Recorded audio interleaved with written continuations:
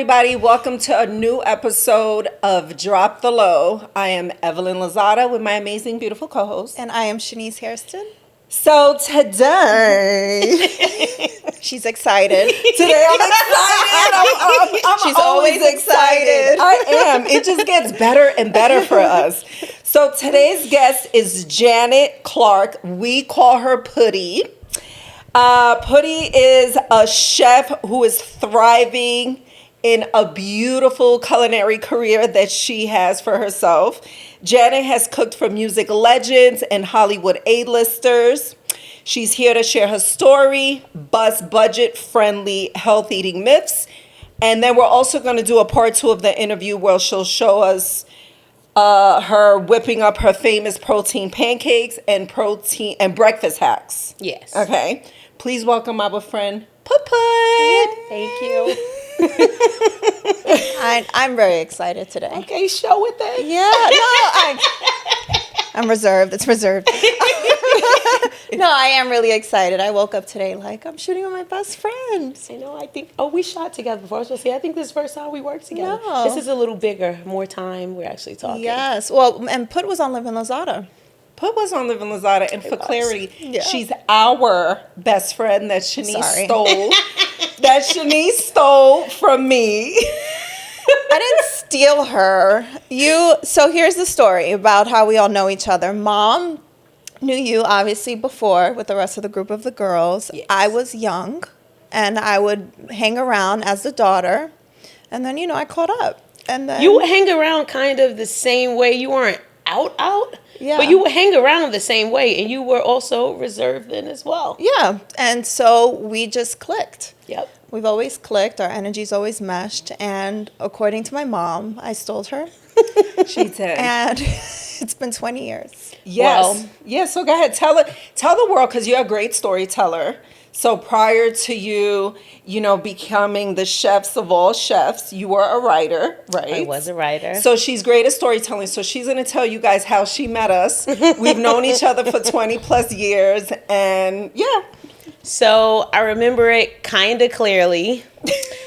Some thefts happened that night too, but I remember Michelle continuously, our mutual friend who introduced us, telling us that she had this friend. And we don't really do outside friends like that. And back then I was a part of the Rat Pack, like girls all day. So she kept talking about you, and you guys had more of the same lifestyle. And I'm like, I keep hearing about her. Who is she? So I must admit, a little jealous. And I threw a little jab at you. I'm like, who's this Puerto Rican chick that Michelle's hanging out with? Mind you, Puerto Ricans and blacks have no beef on the East, or no beef on the East Coast. At all. But we were just like, why are you hanging out with her? Who is she? So we met at a club in Manhattan. I don't remember the club name, but I remember walking in, of course, a lineup of shots. And by the end of the night, I was like, I do like this chick.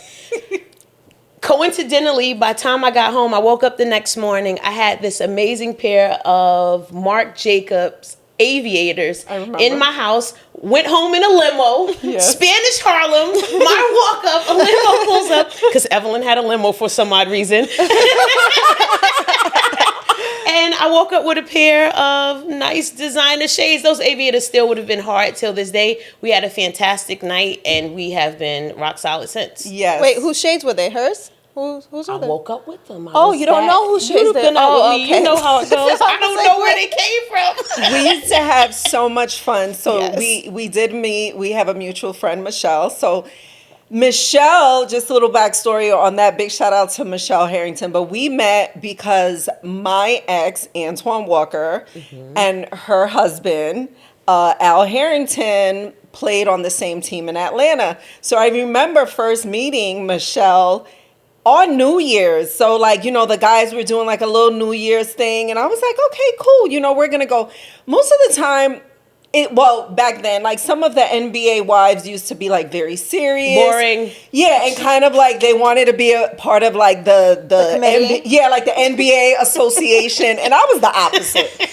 I'm like, I don't give a fuck about none of this. Like I'm already like low key beefing with him all the time because he's running the streets. So I just wasn't that person, you know. I was the girlfriend, fiance that all of the boyfriends, fiancés would tell they would tell all the guys, don't let your girl hang out with her, because they knew I was going out and I was going to tell on you if I saw your ass. So, because I had a loyalty to the girls.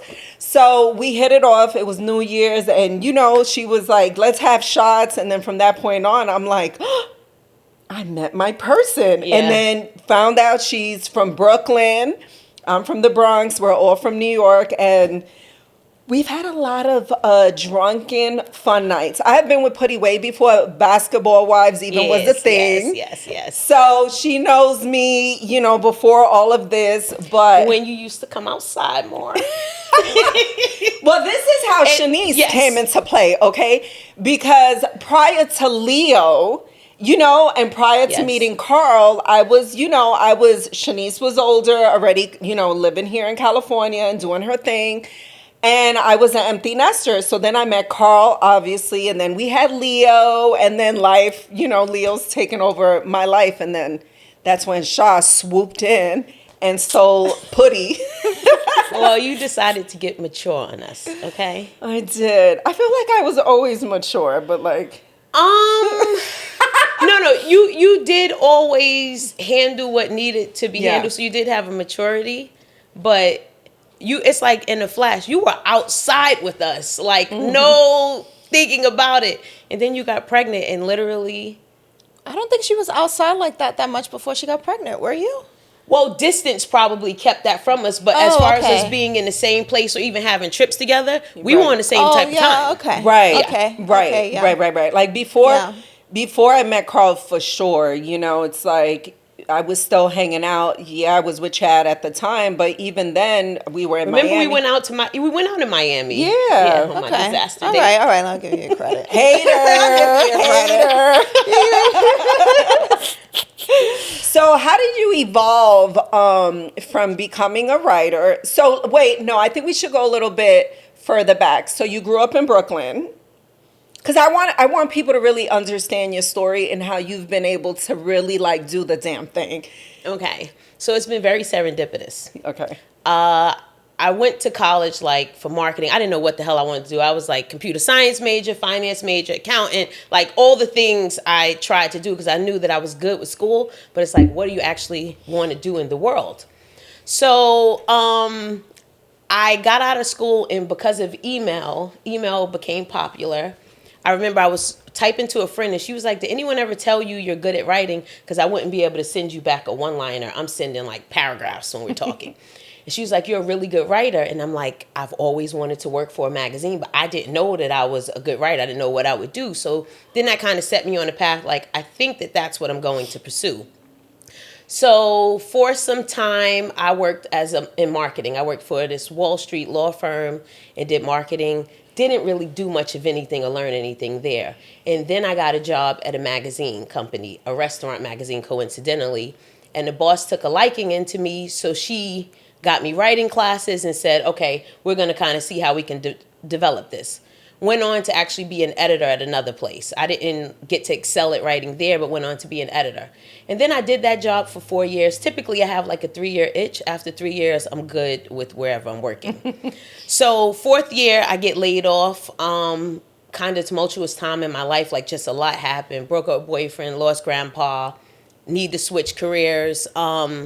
So I then go into being laid off. I turned 30, and I think I'm going to take the summer off and kind of just chill. I did love writing. I planned on getting back to it. But I said I was going to pursue a hobby for fun because, as you know me, I am... If I have free time, I'm like, I need free time. Then I'm like, I'm not being productive. Am I a bum? Like, am I a loser?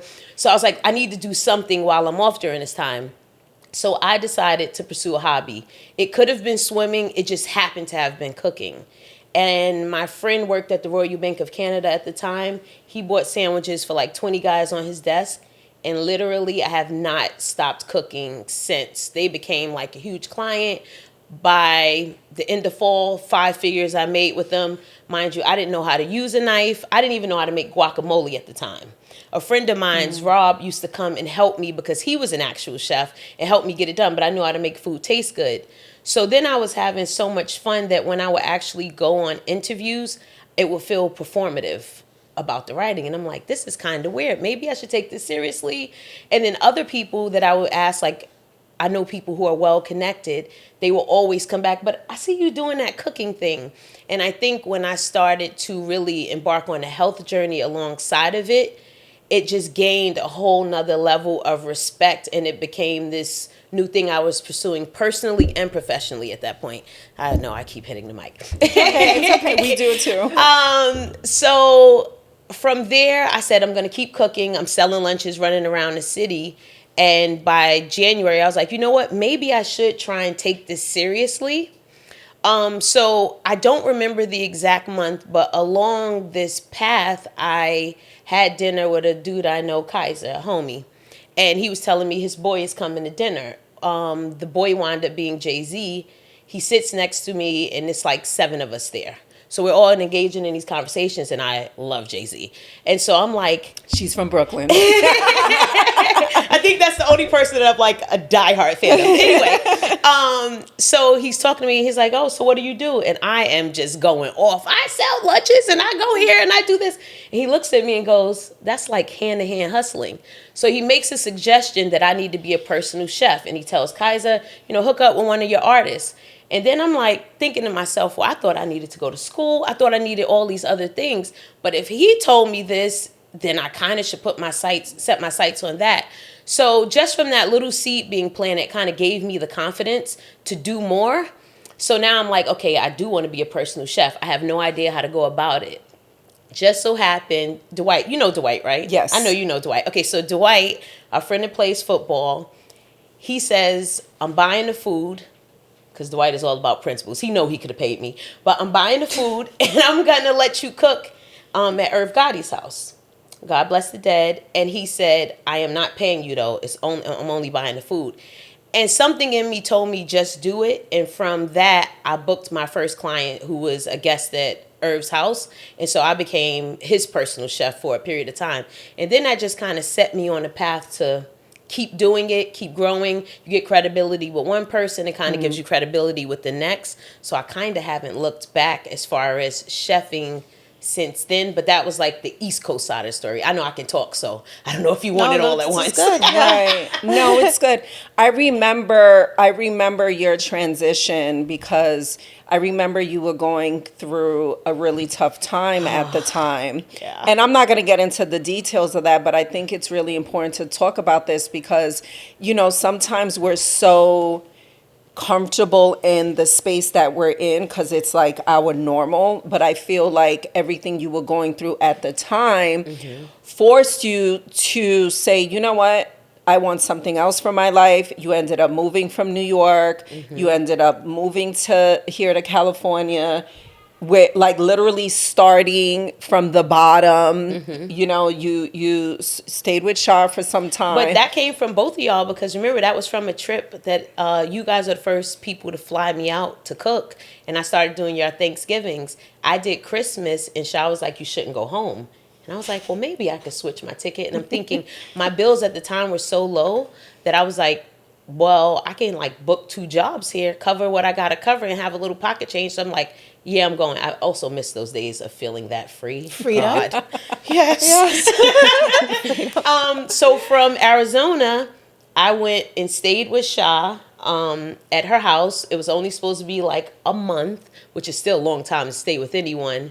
And 5 months later, I said, well, I think I goddamn live here. So I'm going to have to find an apartment. She's like, well, I'm not rushing you to leave. But I was like, this is like abuse at this point. But I've actually never gotten along with anyone who I was under the same roof with in that way for that. I mean, we didn't even have a rolling of the eyes with one another. We were good up in that spot. And I can't live with everybody. Yeah. Like, I'm not like traveling, living, like we just work together so well. Yeah. You would make breakfast.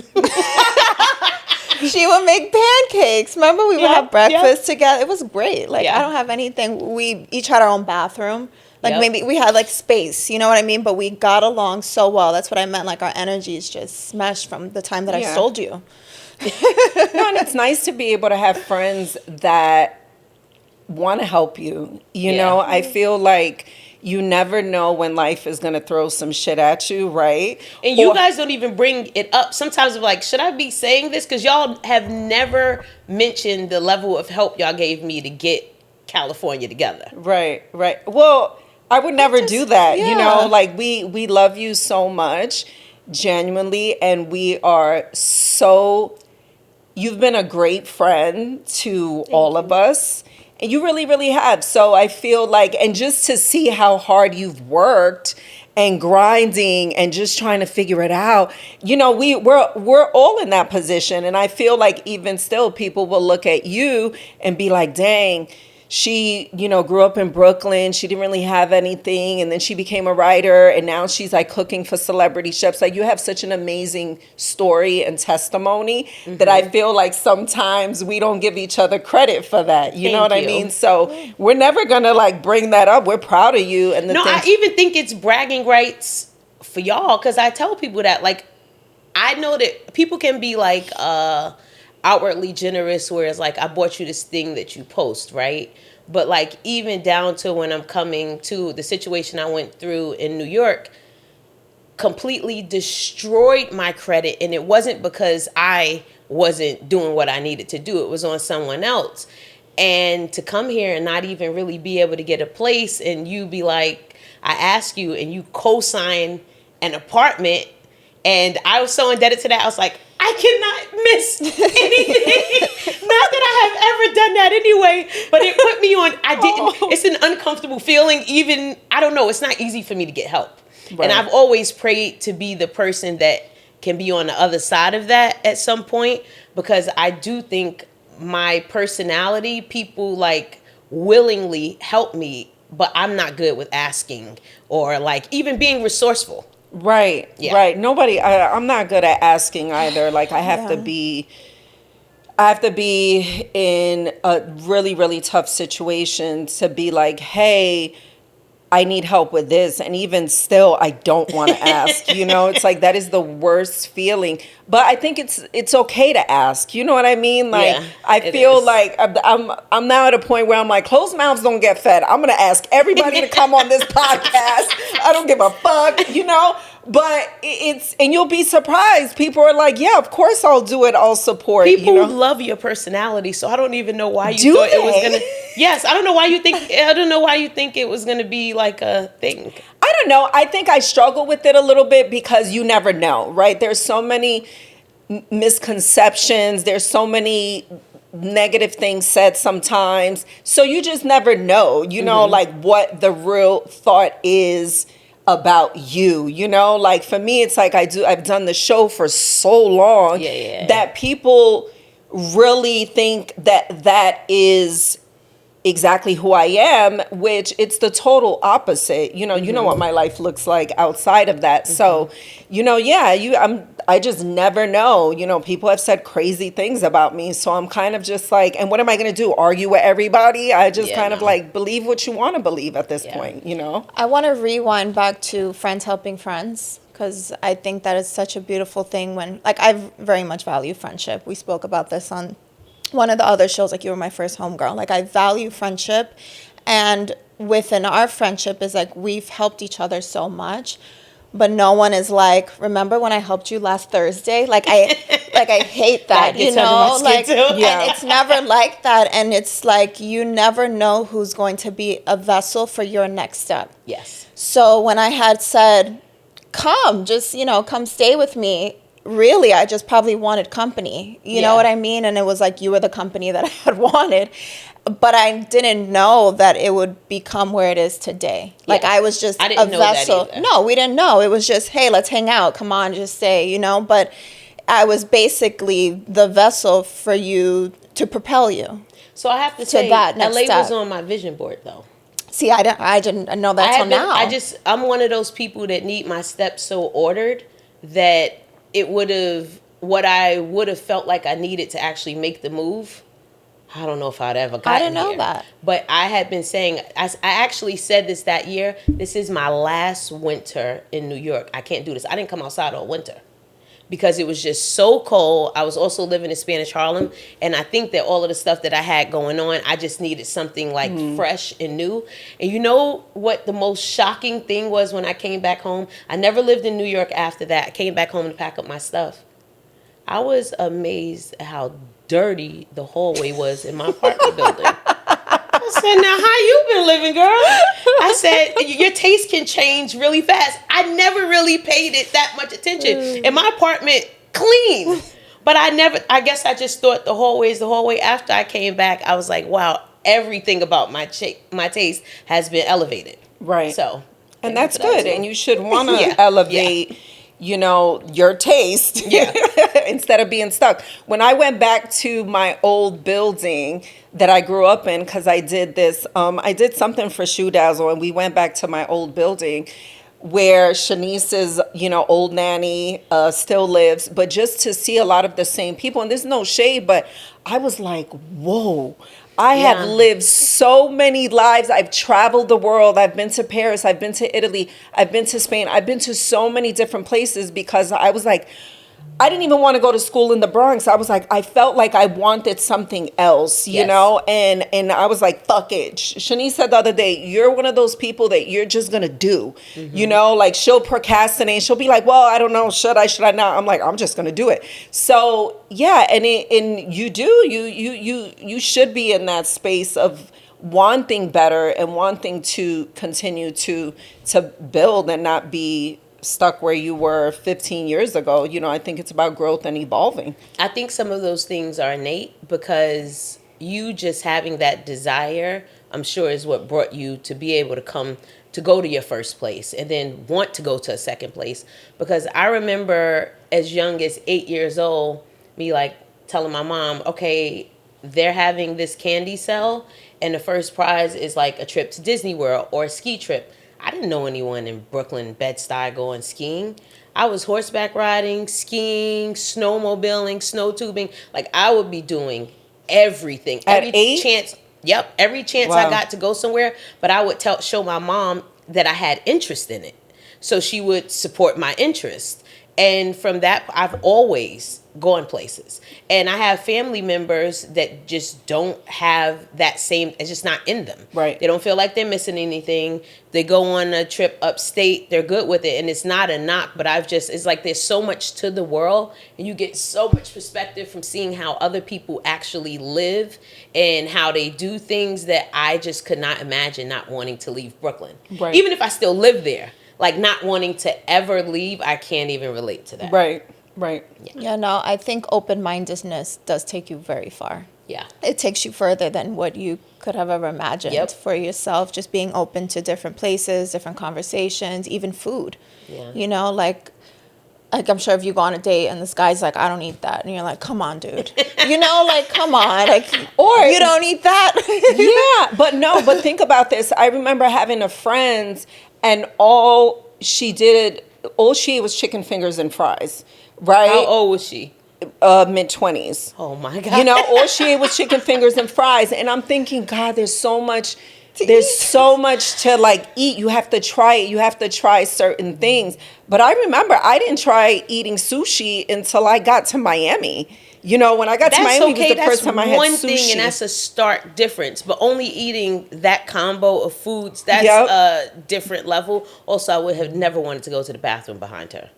Oh, my God, what is that like? Okay, so that's a good start for this conversation then, because, I mean, we'll go back to career-based, but you and I really talk a lot about health and wellness, which is kind of also where your career personally started, with wanting to nourish yourself through the foods that you were eating because of how you felt within your body prior. So I guess we can talk about that. So how did I start with that? Yes. So your mission when you were running that time. So I'll tell you how it started. It may not have been in such a deep way, but I remember. So I bought this $1,000 Hervé dress that needed to be shipped to me. I get the dress. I don't read the fine print or anything ordering it, and the dress will not zip. Now, then I did not make a decent amount of money. And I'm like, this $1,000, like, I can't fit normal clothes, and I just refuse to wear plus size. And not because I have anything against plus size. We all know they don't make the same stuff. So it's like your whole style needs to almost change. Today is a different day. We're talking about 13 years ago. But your whole style needs to change to be fashionable in that time. So I was like, okay, we're going to tuck in the back of the dress. It's only going to zip halfway. But from this point on, I got to do something. So I remember talking to this guy that I knew from when I was in high school. He was a juicer. And he told me, just commit to doing it, and I'm going to talk you through it. So January 1st, we decided we were going to do a 10-day juice cleanse. Or maybe it was 7 days. And it was all liquids. I had never juiced in life. It was the hardest thing I think I've ever done. And by that 7th day, I remember someone feeding me an orange that night on my bed because I was just crying. I was weak. You know, eating is emotional. So you've taken away one of my things that I love. And I was crying, but I have never been the same since that day. It reset my taste buds. From that day on, I decided to really catapult where I was. So I would juice all day, every day for 365 days. I did not miss one day. Up until 4 p.m., I would have a nut-based smoothie within that time. And then at 4 p.m., I usually would start with like peppers and hummus. And then I would have one healthy meal. It could be like a complex carb, a protein, and veggies. Veggies were always 50% of my plate. And then I would have a healthy snack. I may make an oatmeal raisin cookie from scratch. Maybe I use maple syrup. I didn't really know what I was doing, but I knew how everything made me feel. Like I could tell, oh, if I put coconut oil in my smoothie, I have skin that's more glowy. And it also, if you're having trouble, it gives a smooth move. So I just started picking up on all these little things. I didn't pick up any books. I just wanted to know how everything made me feel. And it made me be able to interpret what things do to me without any science or anything. And I just became very familiar with food. And I couldn't run halfway down a block. I started jogging. By the end of a few months, I was 4 miles straight. The most I'd done was like a bit over 5 miles straight. And that year completely transformed my body, my mind, and how I thought about everything. So that was and that was the marriage between food making a little more sense than me just trying to be a chef to me actually showing you what difference food makes. So so I had a thought because I was thinking about certain foods I ate when I was younger. Lord. Right. So, because I feel like our upbringing, I mean, we ate a lot of, I'm Puerto Rican, as you know, so we ate a lot of like pernil, rice, like, you know, the foods weren't so healthy. And things could come out of a can. And it was a lot of canned foods. But, you know, also, it's what my mom could afford, right, at the time. So, is your family, so like do you ever cook for your family? And are they open to the healthier options? Because we kind of struggle with that here a little bit, even like on Thanksgiving. If my mom comes to cook, she's like, oh, ustedes no comen nada. Like, you guys don't eat shit. You know what I'm saying? Oh, all you want is everything organic. You know, that's bullshit. You know, there's still that like old school mentality. And I'm like, well, I really don't want a pernil, you know, I don't want to eat a whole pork shoulder. I'd rather have salmon, you know? Yeah. So is your family open to the like healthy options? Because mine, they're kind of like, I don't think so. So the answer is a hard no. Okay. Most of them. So I made Thanksgiving. Since I've been a chef, I've only had one Thanksgiving with my family. And that was just 1 year I decided I'm going home and I'm making everything. So I'm making things, I'm using fresh herbs. I'm not using like tons of butter. And I'm not necessarily trying to make things healthy, but I always start from a fresh it. And if it's fresh, it's best. So we're already 40% better off by just going with fresh ingredients. I like the way Italians cook because they do believe fresh, but they're not really skimming on other stuff. So anyway, I made this beautiful Thanksgiving spread. And my cousin's exact words was, yo, how am I supposed to have Thanksgiving next year? I was like, what you mean? He's like, you really fucked up my Thanksgiving from here on out, because if you ain't cooking, then how I'm going to eat? How am I supposed to go back to other food? So they loved the food. But if I position it like, I'm always talking to my mother about what she should be having. You should be juicing. You should do this. And my mother, I realize I am the same way, which I'm trying to work on. I'll be like, oh, when I get to this space, I'm going to do that. Like, I think things need to be a certain way. And my mother, oh, yeah, I'm going to go on a diet September when I move. September comes, like, hey, Mom, you start that diet? Oh, yeah, when I get my supplements kind of thing.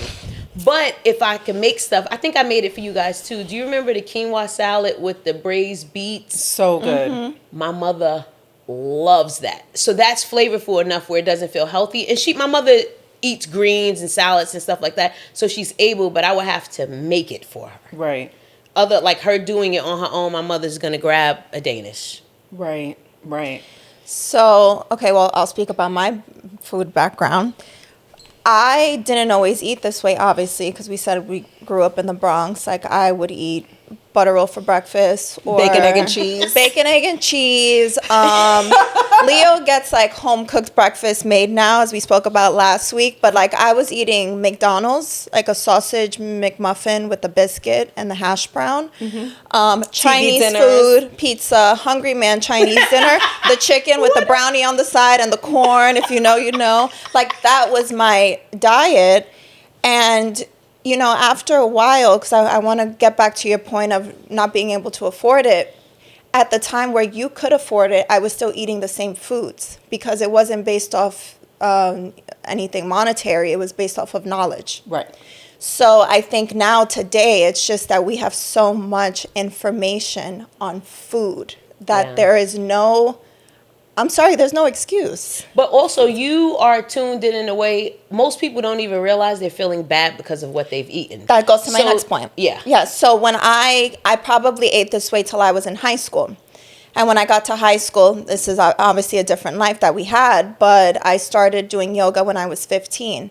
And at that time, I just consciously was like, let me try some vegan options. And obviously we know vegan has a lot of soy in it now, but like, let me try to see how the vegan food tastes, or, you know, the vegetables, or let me go on the lemonade juice cleanse or something. Like, I was attracted to that, to wanting more. And it's like, once you do things differently and once you change your body in that way, you don't want to go back. Yeah. It's like, I just seen something that it's like 170 million hot dogs are getting eaten on the 4th of July or something. It was Dr. Heikman. You should follow him. He's great. Oh, I follow him. And I was like, oh, I could never. They are delicious, but those burps. Oh, my God. The smell. But to each his own, right? Because I'm not perfect. I like to have a drink. I like my pasta. It's not about perfection.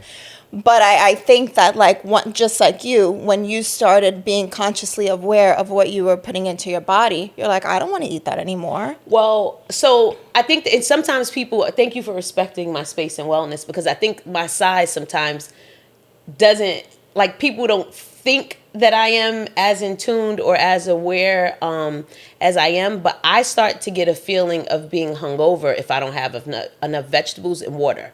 So I have my body to the point where I can't go without. So no matter how I'm physically looking, I am eating more vegetables than your average person just because of the way it makes me feel. But I didn't. But size, back to that point too, size is not always indicative of health.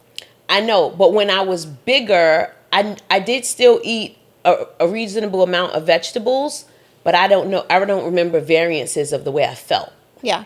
So when you're eating bad, I just don't think that you know anything. You don't even know that there's anything wrong until you have some sort of shift. Like the way sugar affected me, I haven't ever had withdrawals from anything but sugar. Remember that time we were doing a diet that you were on? We skipped sugar. I don't remember. Oh, that was Linda's. Yes. Linda's 21-day reset. It was no sugar, not even fruit. I think I was either 7 or 9 days in. I'm telling Sha all these issues I'm having, and I'm like in a bad mood. She's like, I think you're having withdrawals. And I like my things, and I try to pride myself on not being reliant upon anything.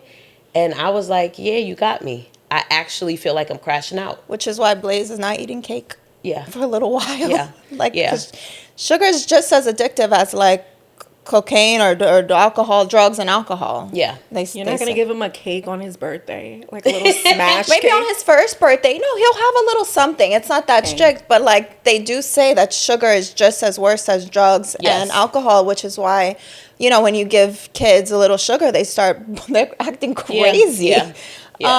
But I just, it's not about perfection. I just think that we're in a time where there's just so much information, and it's just so great to be consciously aware. Yes. Like when I'm having my drink or my second drink, I am consciously aware that I'm doing it. It's not like I'm like, oh, really? Yeah. Like, you know what I mean? It's just, and I get it all the time. Like people are like, well, what's your diet? I don't have a diet. Like we did a 21-day reset, but like I'm doing that like once or twice a year, maybe. Like I don't have a diet. It's just how I eat is my lifestyle. You see what works for you. You eat well 80% of the time period, and even when you're cheating, she's like, what's that? Yeah, I went crazy today. She had Lotus Vegan.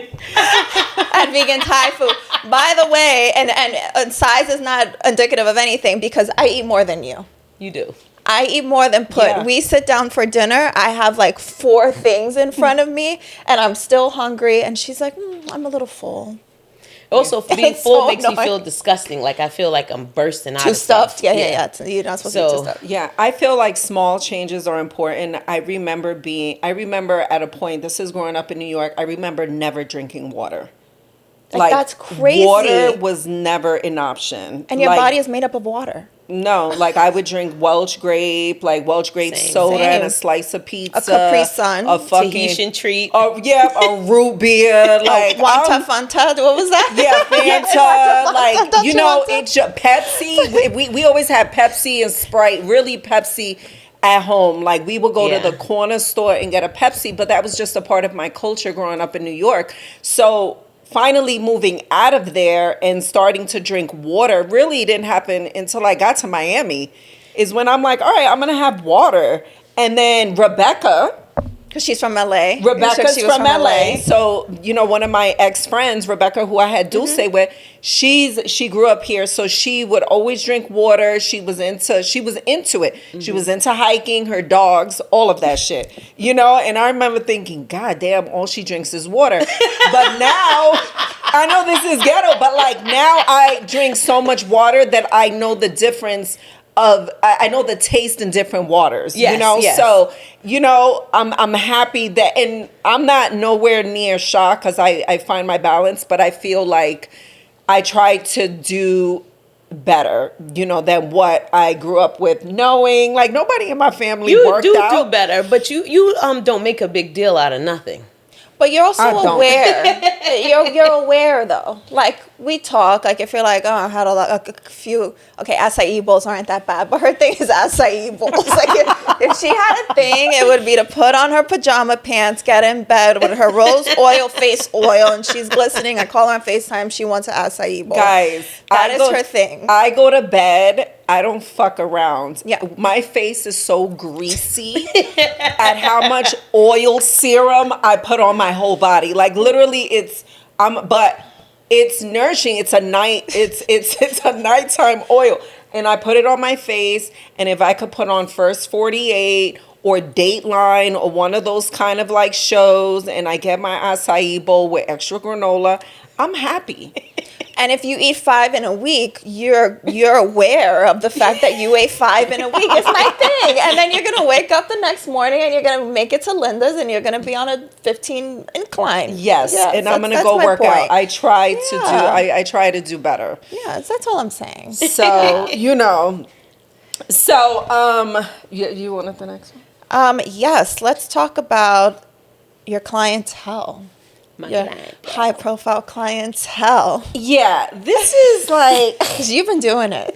you've been doing the thing. Okay, like Guys, I don't even know how. Listen, we got Lil Wayne in here. Yes. Stevie Wonder. Yes. The Rock. Yes. And I'm sure there's a few sprinkled in there. well, that we she's have- now currently. We got Future. Was you Future? I did do Future. We got It's all heavy hitters. Big Sean. Evelyn Lozada. Evelyn Lozada. We gotta give Carl Crawford some beer. That's true.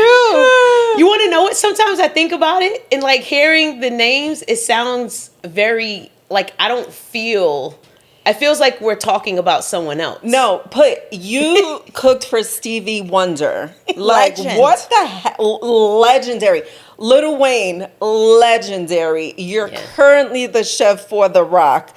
Like, every day, full time, she travels she lives her best life, okay? I'm just like, but if people knew you to the core of your being and soul, I'm not surprised. I feel like you have such a good heart and a good soul, and I feel like you should be doing these things because you are. Like, if you were a shitty person, I would be like, how the fuck? How did they let her in the house? No, look, like if I was Celine Dion, like I would have you in my house just because you're such a great person as well, and that's important. And you're a vibe. Yeah. What I have come to know is that a lot of what I have had has been more about that. Now, I do have the knowledge and skill to go along with it, but a lot of what I have comes from that same place. Because, like, even with my current job now, like, I've been there 6 years. It's unheard of, really, to have a private chef that long. And I remember at one time thinking, I'm like, I know I do make good food, but I kind of think it's a little deeper at this point because it's just like, I have my favorite restaurant, but every now and then I want something else. Right. So even with me thinking, this is actually the longest job I've had in all of my working history, period. Like, I've never done anything this long. I love that. You must be good at it. Right. But I used to want to have I still think I could use some help, but I used to want like management, an agent, because like even with telling these stories, I know there's a way to tighten up what I have and make it into something more. And I don't know if I'm the exact person to get it all done, but I have the pieces to it. But even with working with Dwayne, I manifested that job literally down to the name, but was not talking about him. Right. What advice would you give for someone wanting to be a chef?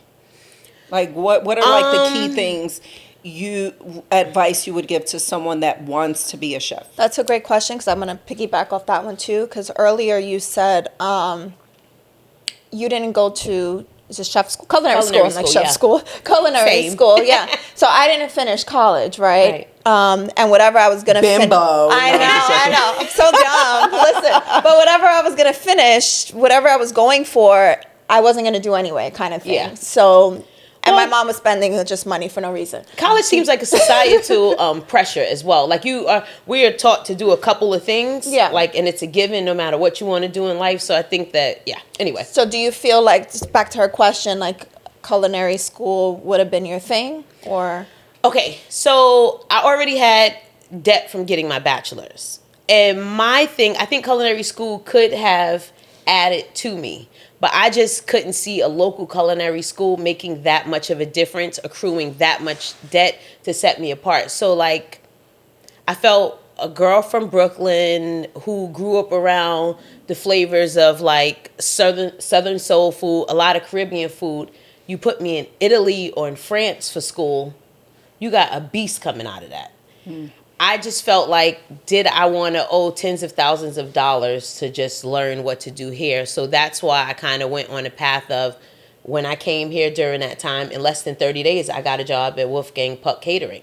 I remember this. And although I wasn't being paid well, it gave me the space to actually learn what I was doing, like technique, as opposed to just making things taste good. So like I learned how to use my knife, how to cut, how you sharpen, flavors that go together, how to put on a party, timing, and all the things that I would have come out of culinary school with that same exact job. But I think that my clientele and me already being like a full-blown adult and kind of knowing how to carry myself in a work environment helped me to get the skills that I needed on the back end. Because with the skills that I had, I don't even know if I was qualified to get the job that I had, but they just couldn't believe. So how do you have none of this, but I still had a good clientele? So culinary school, I believe, would have set me apart if I would have done something internationally. Culinary school here, stronger skills, I don't know if in this moment it makes a difference. If someone wants to be a chef, you don't know if it I don't think that it makes a difference. What I would tell someone is, if you're younger, go to school. 1000% go to school, because learning all you need to know about your craft, foundational thing, I think we've lost the art of learning. I don't care what you can make look good on Instagram. I need to see your process and how you got there, because a lot of time that end result is not even what it looks like. So for a kid that's interested in being a chef, it's going to be grueling before you actually get going. And I had a lot of years in the paint. Like, when I'm starting with working at Wolfgang, I was making $12 an hour. So you're not going to get paid big. Don't look to get paid big. If you happen to be one of those people that meet someone and they want to hire you, so you're getting a decent salary, you're still not going to skip the process of where your actual skill set is. And I feel like food culinary practice is also a trade. And with trades, you need practice. That whole 10,000 hours thing. I didn't become really confident until I passed those 10,000 hours, if that made sense, no matter what I was doing and who I was doing it for. Like right now, it doesn't matter if a person can cook better than me or not. Right now, I stand as a chef. In the beginning, I didn't even call myself a chef like that. I didn't have another title to really give, but I wouldn't proudly in front of other chefs say that I'm a chef. Even when I was working at Wolfgang, I didn't earn my dues. And then after being there, I understood. One of my bosses told me, watching me chop cilantro and parsley was like watching his grandparents screw. He used the F curse, though. I was like, oh. I'm assuming that was bad. It's bad. Terrible. I'm slow. I was like, And I was like, no, I've seen people throw food at each other in the kitchen. Like, I've seen crazy things. It gets really intense, but everyone is like serious about their craft. You're not going to skip the process. So I'll go through the process. I will tell the the student. restaurant business is intense. It is. It's run like the military. And I am not a girl who plays with being disrespected. Things have gotten intense. Like, I have definitely had to pull my hand back from things getting intense in the kitchen before. What did you say to the grandparents having sex? I looked at him stunned and just started laughing. Like, what else am I going to say? And he was the most kind boss that I could have gotten. I don't know if I would have survived with anyone else. He was actually kind. Oh, okay. It was a joke. He was joking, but he meant what he was saying. The other people, they would give me 12 cases of collard greens to destem. A chef that was attracted to me come over, Mommy, you're going to be standing here all day. Let me show you how to do it. So little things like that would That's the help one that would me. say choga? You going to choga? Is it that one? Little things like that saved me, because I said, it's wild in the kitchen. So, I have a question. So, how can listeners on a tight budget shop smart without sacrificing the nutrients? So, recently, this makes me think about my post recently. I had a day in the morning where I was reflecting, dogs were sleeping, house was quiet, and I remember thinking, that's why I posted what I posted about being on welfare and having WIC, because I was like, it's so crazy. I would have never in a million years, if someone, when I was 17, after I had Shaniece, said, you're going to have a beautiful home, like, would have told me what my life would look like today. Mind you, my life is not perfect. Oops. Maybe I should chill on the tequila. Maybe I should drink tequila. But my life is not perfect, but I had a moment reflecting like, dang, growing up in the Bronx, I would have never thought that my life would look like this. And a lot of these programs, being on welfare and being on WIC really helped me as a stepping stone to be able to figure out my life. So obviously, as we know, Trump signed that big, beautiful bill, I guess he calls These it. names he gives things, John. Yeah. Crazy. And I thought about all those low-income families that are affected and that are going to be affected. What's a tip that you can give? Because now everything is being cut, but people still do want to eat healthy, but don't have the money to buy healthy foods because it's so expensive. So what's like a tip that you can give for these families that will be hit hard? Well, one of the things I think people should do is go to the farmer's market, because you eliminate the retailer. But let me ask you a question. If you're growing up in the Bronx, we don't have a farmer's market. Okay. Or Brooklyn. Well, maybe Brooklyn's a little more. Now has that kind of stuff. I haven't been to the Bronx in a minute, so It's still they the still same. ain't got it. Okay. Yeah. So for that person, I would say planning. So think about what you want to eat and how you want to eat it. So break it down. So let's say we have a taco night, right? As opposed to going to the store and grabbing what you need, a list is paramount. Also, with the cost of meat and the way meat is harming us, we need to start treating meat like an accessory on a plate as opposed to the main thing. That doesn't mean load up on carbs. Iceberg lettuce is very cheap. It's a filler that doesn't do any harm, and they say that it doesn't have any nutrients, but it at least adds water to your body. If you're having a little chopped salad with everything, you already have covered a quarter of your plate. I personally like fresh vegetables, meaning non-frozen. I actually like things that aren't in a bag, but everyone is not as sensitive to frozen vegetables as others. Like, I can taste water in vegetables, but I don't think your average person can. So like, let's say you want beef tacos. It's nothing to go grab a frozen bag of broccoli, chop up that broccoli, saute it a little bit in the pan, and cook it with the beef. Now you have buffed up your beef.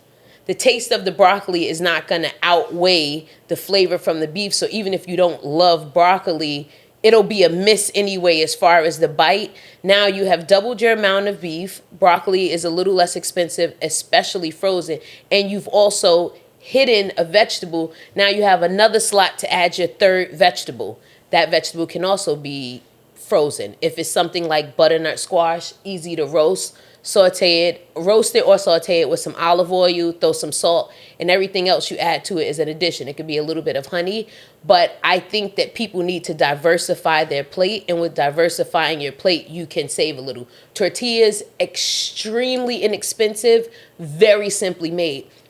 You'll see a couple of ingredients on a tortilla. So if you're a person that eats carbs, you're not getting this loaf of store-bought bread that's cheap, but it has 15 things in it. So you just want to try to start simplifying your ingredient list, throwing in those vegetables, and frozen vegetables are a really extremely good way to add things in. And because to me, they aren't as good as your fresh vegetables, think about creative ways to dress them up. You can even create a braise. A braise is always going to work. If you braise a bunch of frozen vegetables in a little bit of chicken stock, it'll become flavorful. You throw it over some rice, you get a little piece of chicken. Now you have a meal, and it doesn't feel like a budget meal, because I don't believe in I don't have money, so I ate a sandwich. You know what I'm saying? Now, if that's all you have money for, sure. But if we have some options to buy some other things, why not make the most? And if tonight is a night we can't get meat, okay, how can we make these black beans taste heartier, make them a little smoky, so that you add something that's more full-bodied, where you don't feel like you're missing part of your meal, but you're also being nourished, you're enjoying it. So don't treat not having, I would say, try not to treat your meal like that. That's actually how I learned how to cook. I used to take whatever is in the refrigerator and come up with a meal. And that made me be able to start creating flavors. Now, mine wasn't on money, like I'm a low-income family. Mine was just like, I'm young and I'm not making money. And so you know how in college people are like, oh my goodness, I ate ramen noodles. Never. I would go buy some frozen fish. I would thaw that out. I'll bake the fish. My roommates would be buying oodles and noodles and really quick things, but I never ate like that. And I don't think I had more money than them. I just was serious about my food, so I would find a way to do it. Frozen things do work, and they are satisfying, and you don't miss the nutrients. So I think that is an excellent way to go. But if you buy a farmer's market, you cut out the retailer, and you can get more for your money. Got it. I like what you said about diversifying your menu. If you only eat a couple things, then not having anything to eat is really stressful, you know? Yeah. But like I told you last week, I had tuna all week. Tuna is considered, the cans of tuna are expensive now, but tuna is considered a budget meal. I didn't eat that because I was on a budget. I ate it because I wanted tuna. And I love tuna. Me too. I love a tuna sandwich. Shaw's always eating a tuna sandwich. Oh my God.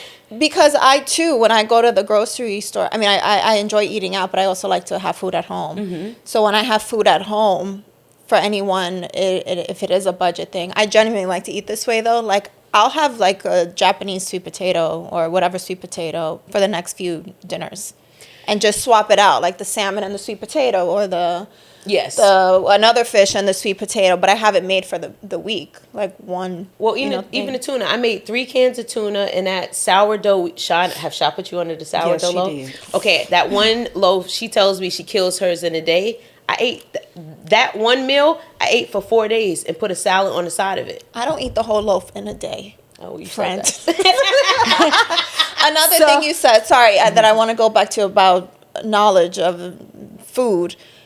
The loaf of bread with all the ingredients in the back. I think that we need to start reading ingredients, because now I'm also doing it for Blaze's stuff. Yeah. And I'm seeing baby food with ingredients that's about this much stuff. And it's like, babies don't need all of that. No. And even the sourdough bread, as opposed to the store-bought thing that you were talking about, it's like 3 ingredients in there. I haven't felt like bloat and stuff from that bread, but it's also the sourdough starter is also good for gut health. And I feel like I get that effect with that bread. But the ingredient list, if these were actually all ingredients that it took to make the thing, I don't really have opposition. What I have an issue with is, what are the ingredients? Most of that stuff you would have to look up. And I don't know too many foods I got to look up. Yeah, if you can't pronounce it. Yes. That's a thing. But even with flour, because I came across this with the pancakes, they say that they're adding the enriched flour. I have had a raw manufacturer tell me that those are vitamins that we're giving you. I said, America has never given you something that's good for you for free. So you didn't put those in there because you're trying to give people more. There's a reason why that's in there, but it's hard to get an explanation. I still don't have the answer. Got it. All right, so let's get into something fun.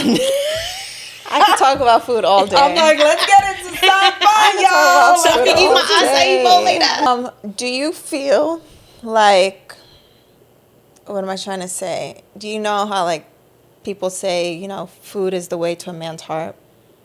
Because one relationship, I just kept on cooking. Like, I was cooking so much. Okay. Like, I was making baby back ribs with the sauce stunned. from scratch. And I genuinely loved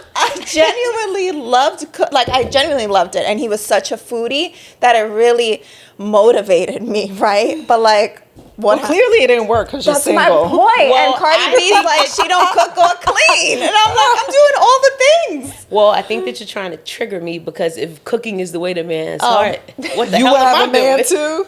So I have seduced men with food though before. I remember in particular wanting to pour into Tell someone. us more. It's actually the last thing of substance that I've had. But anyway, I said this year I was going to practice like vulnerability and really pouring in, like giving my all, not putting up the wall, not thinking about my ego, like really pouring in.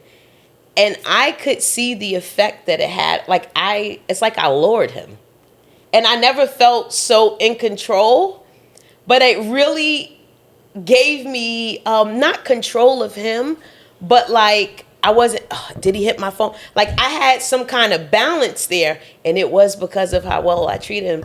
I made him some filet mignon, and I like put slits in it, stuffed garlic in there. I would send this man, this was during COVID, I would send him packaged meals to his job, smiley face on it with adorable. the water, That's a little napkin with a lip thing on it. School lunch. I was doing, but the thing is, it's not like we lived together. We would spend a lot of time together, but I would even put shit in the Uber.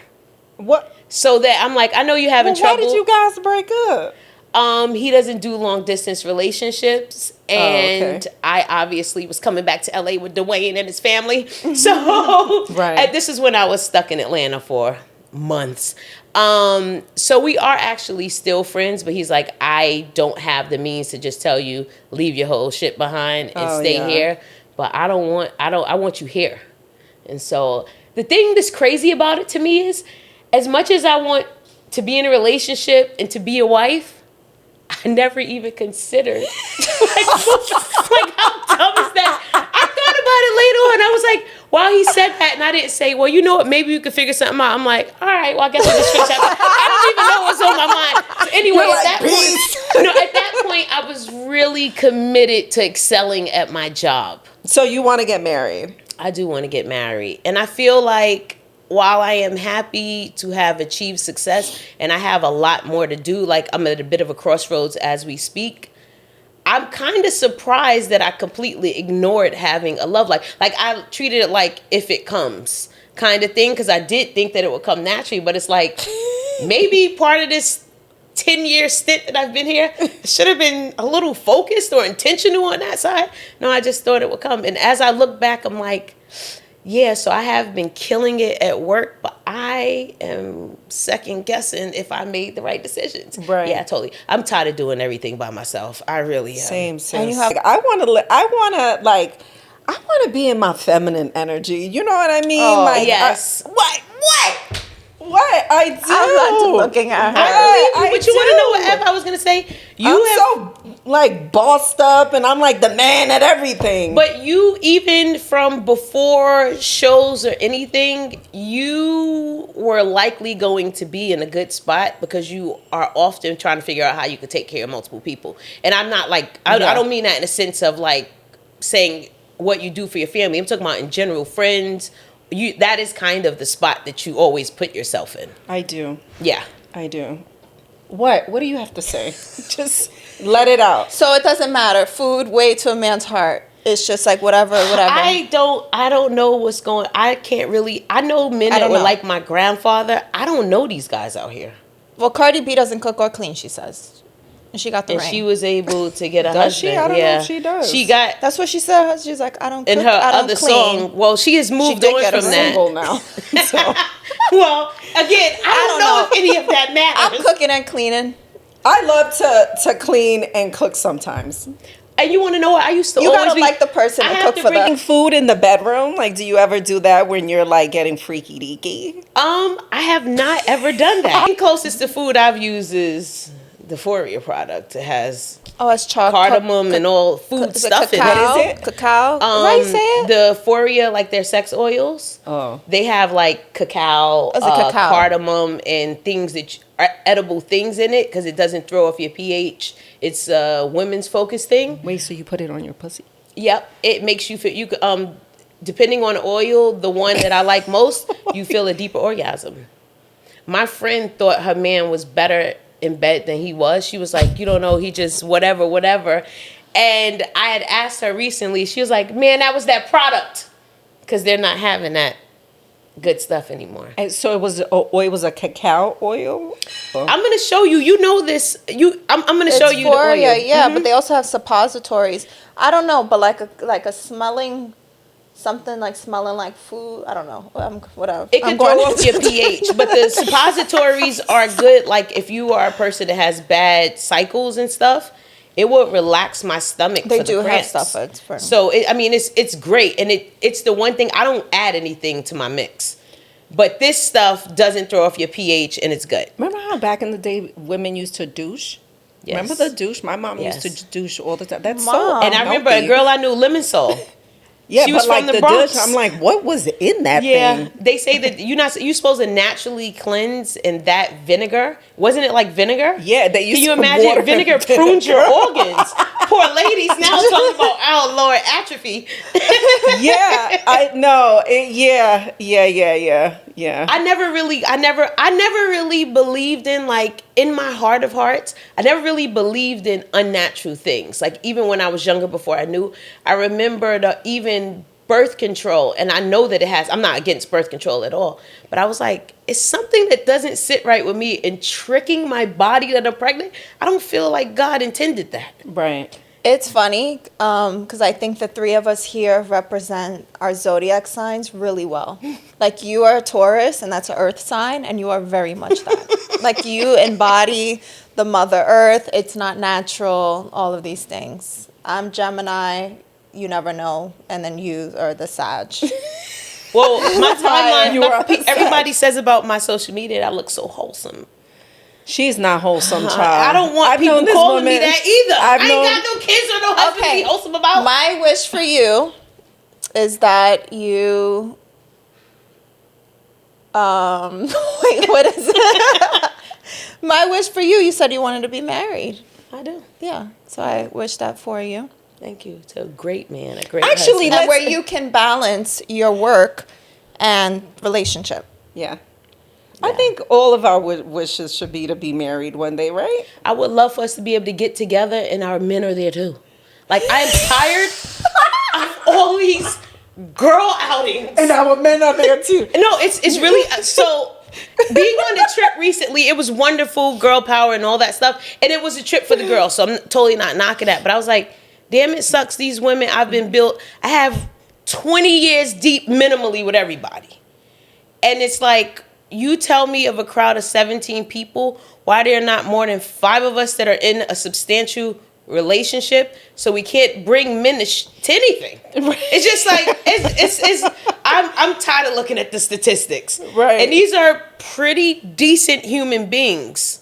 I don't know. Yeah. We got to change it up. I'm usually the Lone Ranger that's at a dinner. It's like all couples and me. Hey. I don't even get invited. And that's the thing. Like, people that I know that are in relationships, I am typically not invited to the same things because I'm solo. Like, I had to say to one of my friends, did I not get invited to vacation because I'm single? Because I keep hearing these other couples meeting you in Europe. The hell? Well, whatever. Back up, you do have a product to promote that we don't want to forget. I do. Simply Puts Pancakes. Simply Puts Pancakes. And the Put is my nickname. And it also is an acronym for products you truly trust. I'm very proud of. That's still my writing skill.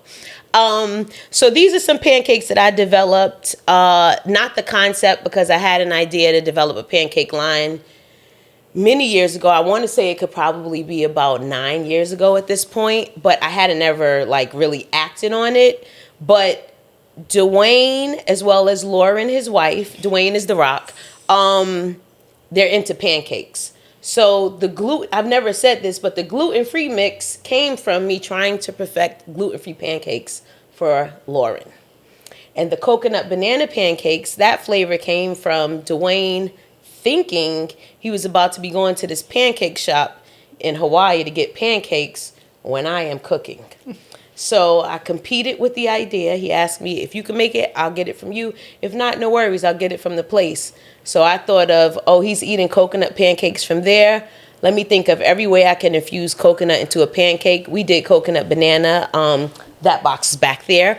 But the coconut banana pancakes, and from that recipe, that was the foundation for building the coconut banana recipe. And so now we have Simply Puts Pancakes. I sell them on my site.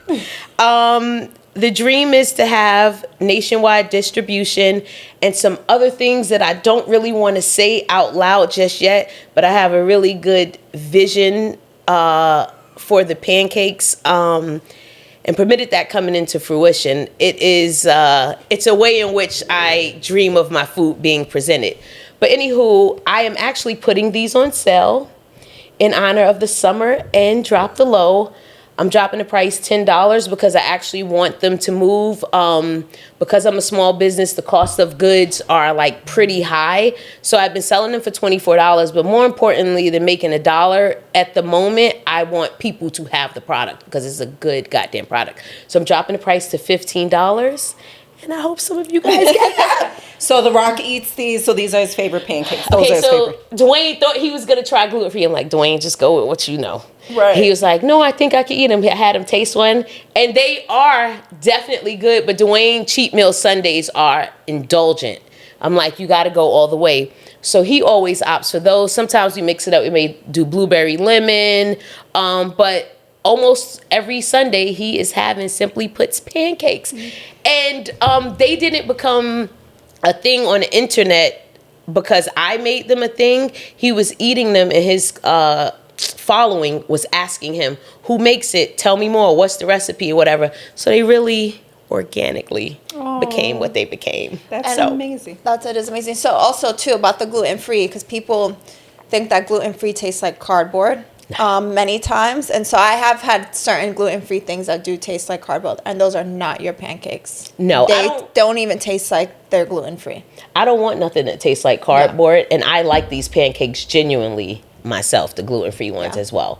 So when I'm trying to be not as indulgent, I'll go gluten-free. When I'm throwing it up, coconut banana. Yes, and I did make those too for that boyfriend. By the way, your picture of those, one of my best pancake pictures of even stuff that I've taken. You did good on those pancakes. I did good. Shaw did. Not good enough. Oh, I have to tell you, Dwayne started asking for them in a cast iron skillet, and I wondered if he saw that picture. I did make that in the skillet. Yep. Yeah. Okay, so I like to do a little fun game. So I always, this is self-love cards. Okay, so I'm going to pull a card, and I'm going to ask you a question. This is going to be about your past, so it's going to be a question. It could be about your childhood. Oh, I'm about to start sweating.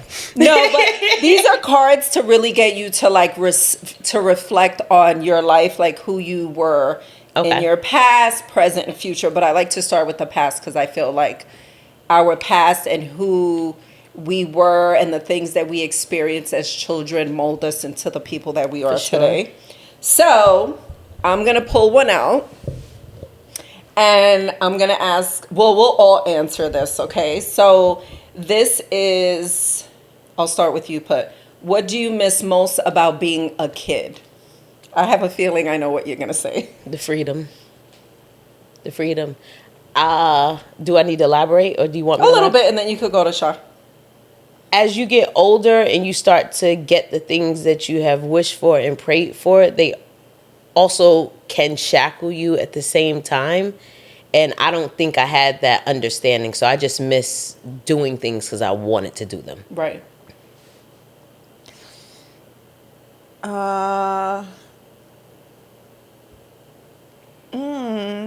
I'd rather be an adult. Like, I don't really miss... She's such a unique person with this I topic. don't really miss being a kid. Right. She always says, I never want to go back to my 20s. I think I'm going to... I don't miss being a kid. Okay, I would probably say, like, not paying a bill. But also, when you're not paying bills, you have to... I hated, like, listening to other people tell me what to do. Right. I like my freedom. So not being told what to do. I did not like that as a kid because also I felt so smart. Yeah. Like I felt like I was smart, you know, in a way. Not the smartest. I'm not a genius, you know what I mean? But also I had young people around me. So I wasn't that like dumb like a kid, you know? Right. I would no. I think one of the things that I miss are, I do agree with you, the freedom of kind of just doing you, but I do miss playing in the fire hydrant as a kid in New York City. I do miss the house parties that we used to have as kids. Mm-hmm. You know, we would have house parties every week. It would be salsa music, and then I would get tired, and it would be a bunch of the cousins in the room sleeping while the adults partied. Like that sense of like community and family, I do miss because there's just something so like real and just I don't know. I love family. Yeah. So that's what I miss as a kid. Well, Mom, you want a house party? We could crank it up. I've been waiting to crank it up. I'll give you a house party. All right, I'm gonna do one more. What forced you to grow even if it was hard? Ending a long-term friendship that I let be so out of control, and I just let things really bubble over until I was forced to act. And I had gone, like we were friends for 23 years, so I had gone so long that you kind of, like everything, they would say our name in tandem. So it's like, the hell are you do after this? I didn't know what it looked like, but I did know that a change needed to be had.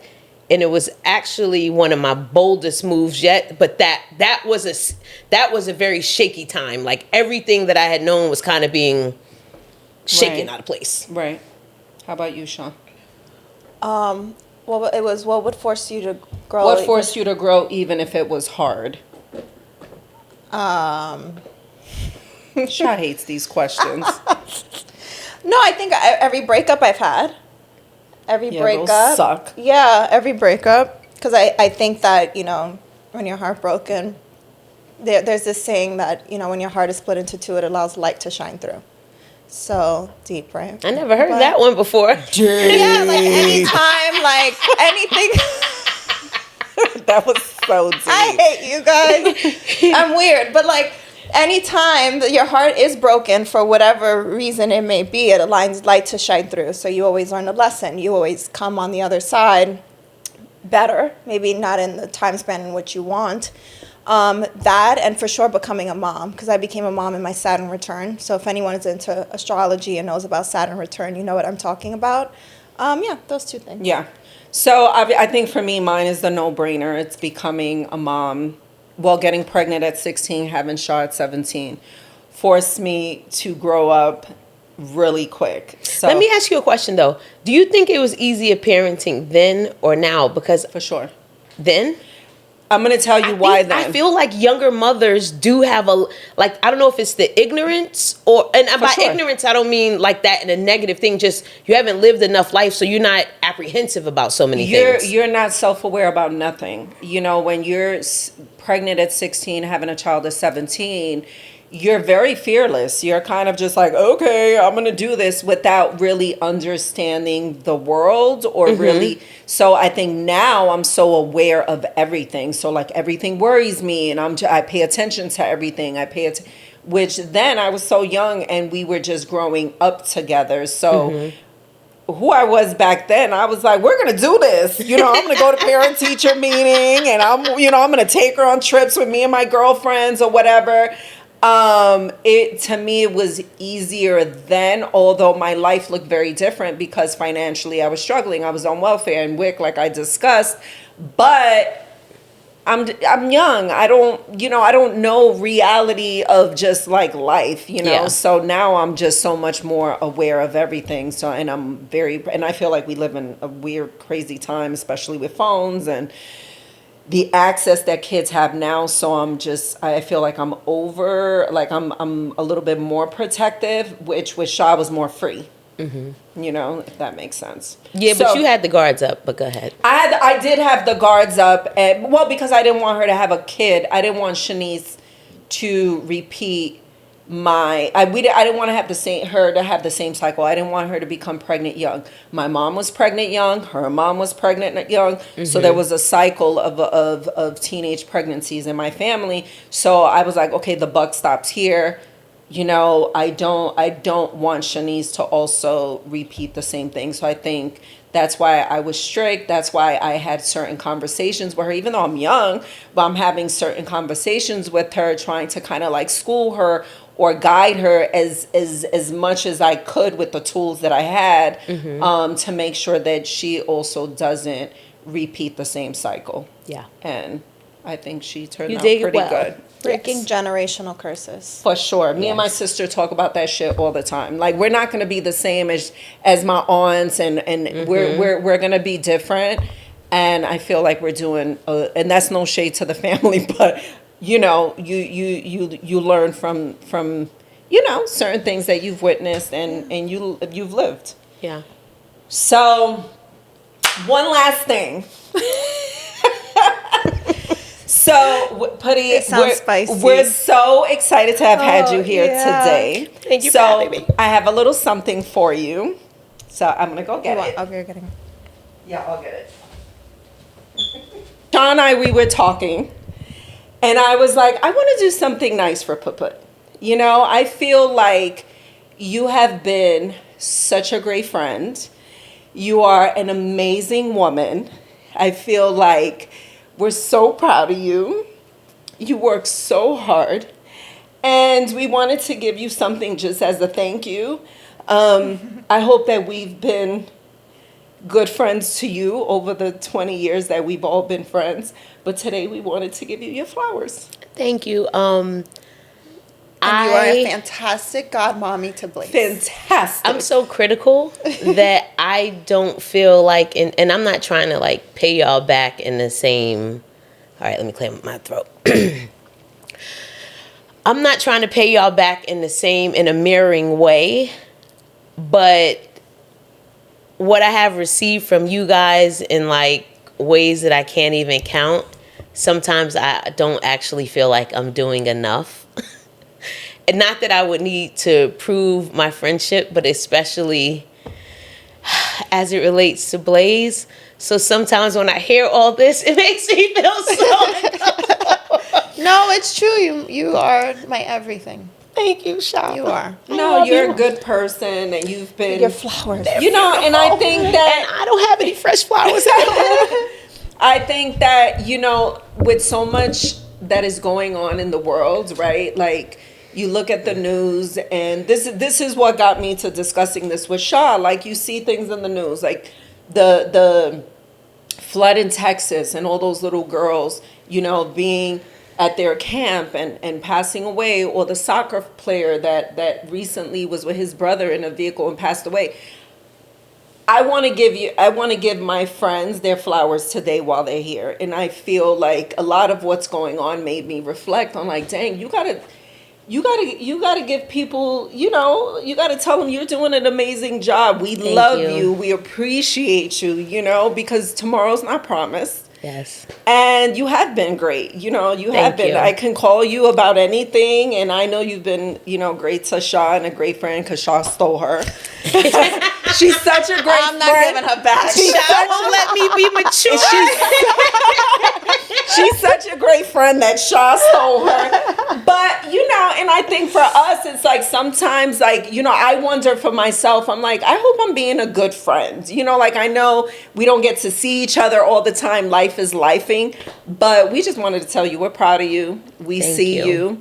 And keep doing the damn thing. Thank you very much. I love you. I would get up to hug you, but I'm going to want to make sure my dress is right and all that for the camera. Oh, this was great. I love you both dearly. You guys have been outstanding friends, as always.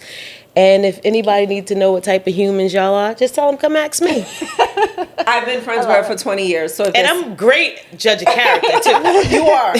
You know? Solid. Exactly. This is someone that's been friends with us for 20 years. So I'm like, if somebody can vouch for the person that we are or I am, it is her. Yes. So if you love the video, drop a comment below, like the video. Subscribe to our YouTube. Yeah. This is good. And follow, drop the love. Wait, we have a part 2 to this, We gotta right? follow, drop the love. We're gonna go to the kitchen. Oh, we're going to go to the kitchen. Put is going to make some of her pancakes because we're hungry. Yes. And you know what? I need to learn how to make them crunchy on that. You know, like... Well, you got you. a cast iron? I do have a cast iron. Well, Sha's giving that lesson. All right. Awesome. All right. Thank you so much for tuning in. We love you guys. Bye. And I love y'all. Bye.